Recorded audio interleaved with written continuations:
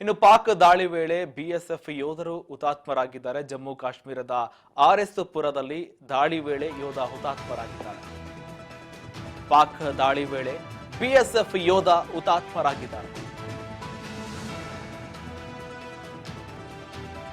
ನಿನ್ನೆ ನಡೆದ ಶೆಲ್ ದಾಳಿ ಪರಿಣಾಮವಾಗಿ ಹುತಾತ್ಮರಾಗಿರುವಂತದ್ದು ಭಾರತೀಯ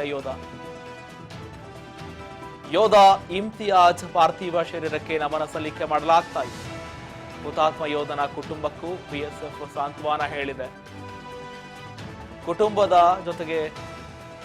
ಜೊತೆಗಿರುತ್ತೇವೆ ಅಂತ ಧೈರ್ಯ ಕೂಡ ತುಂಬಿದ್ದಾರೆ.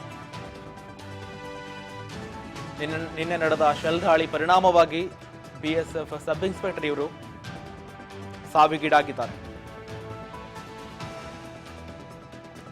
ಜಮ್ಮು ಕಾಶ್ಮೀರದ ಆರ್ಎಸ್ ಪುರದ ಸೆಕ್ಟರ್ನಲ್ಲಿ ಇಂತಹ ದಾಳಿ ಆಗಿದೆ.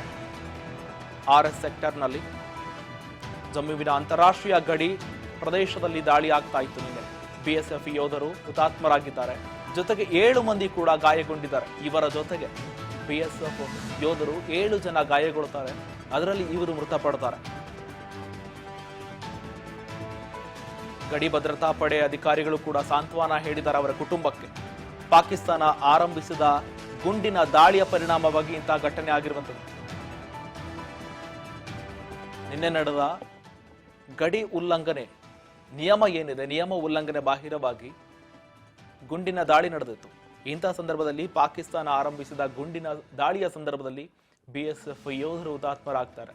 ಜೊತೆಗೆ 7 ಜನ ಬಿಎಸ್ಎಫ್ ಯೋಧರಿಗೆ ತೀವ್ರವಾಗಿ ಗಾಯಗೊಳ್ಳುತ್ತಾರೆ. शहीद सुनील कुमार, शहीद सुनील कुमार अमर रहे।